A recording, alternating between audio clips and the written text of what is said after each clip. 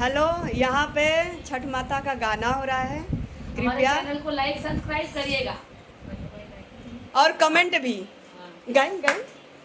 छठी माई के करावो बरातिया मोरहरी में 4 बजे।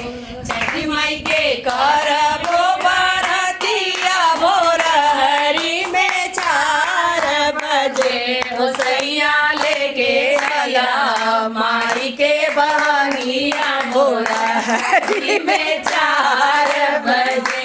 हो सैया लेके चलिया माई के बहनिया भोरहरी में 4 बजे।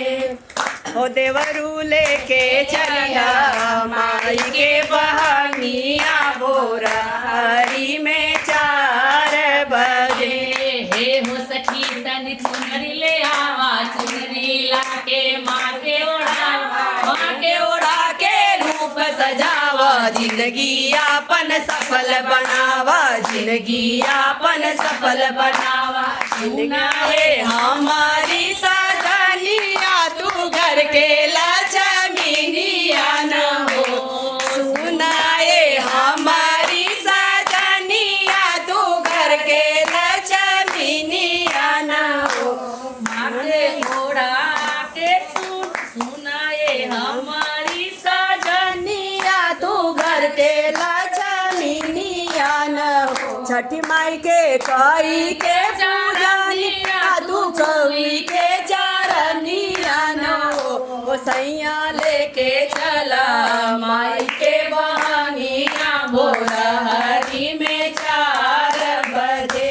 वो देवरा लेके चला माई के बहनिया भोरहरी में 4 बजे।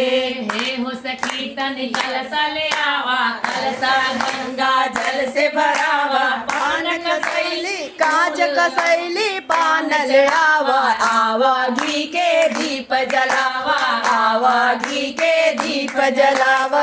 राची करबो आरतिया भोरहरी में 4 बजे।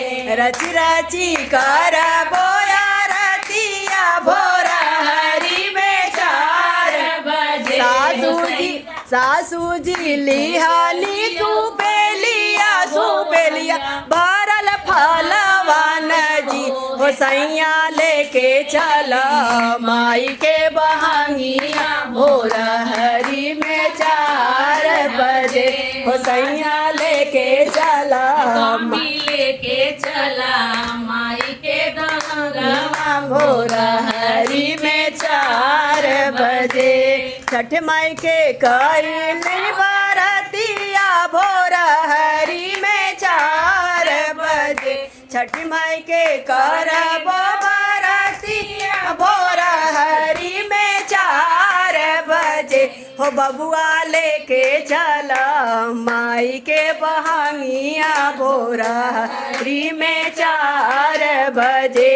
हो बबुआ लेके चला माई के बहनिया भोरहरी में 4 बजे।